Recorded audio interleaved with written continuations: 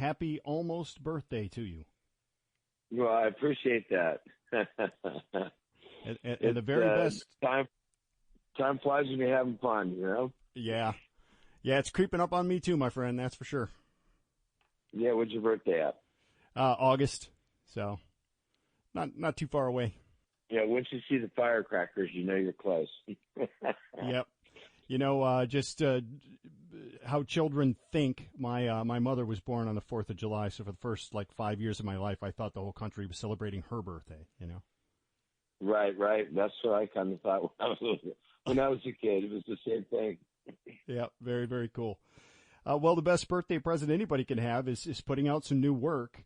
Even though it came out May 26th, a few weeks beforehand, you've got Halfway There out and available to the masses, man.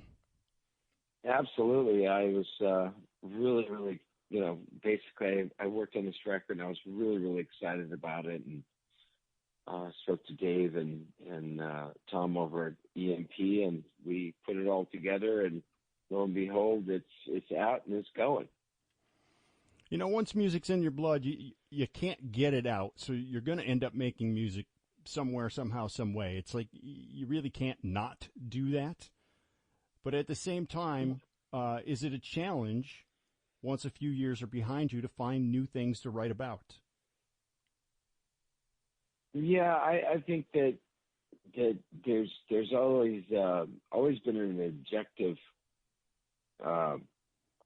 point of view that you can always write a song about, but the believability of the artist or the singer to convey that is the hardest part. To make it that believability.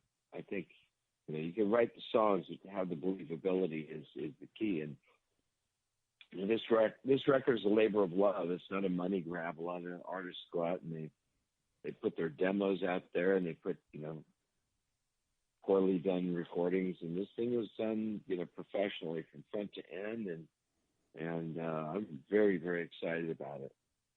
Do you reach for a lot of different places for inspiration? From world events to family to I don't know, philosophy. Well, yeah. Or Exactly. Well, it's all the above. I think that it's you can reflect. Family's always a consistent thing in all of our lives. Even our friends who become second family is one. And politics. There's a song in there called "Conspiracy" that certainly reflects a lot of. It's kind of like that paranoid undertow that people have of this country and the things that we're going through.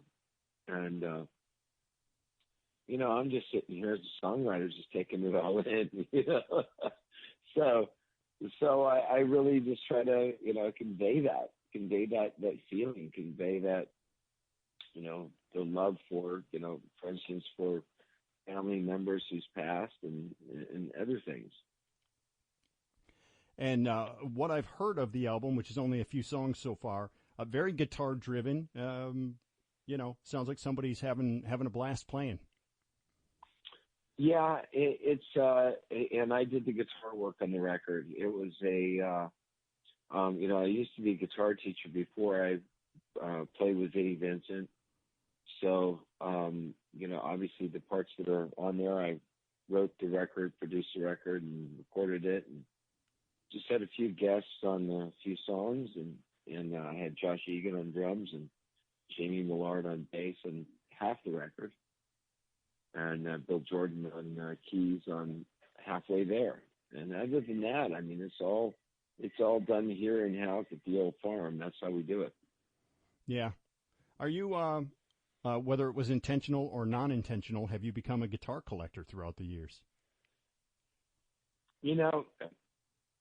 If you were looking at my walls, you'd say yes, but a lot of my guitars are not the typical of value. My guitars are of dependability, playability, and knowing that it has a different sound than the one next to it. So it kind of keeps things down as far as the amount of guitars that I own. And I also have a rule: if I don't play something or use something in 2 years, I get rid of it. Yeah. Sample complete. Ready to continue?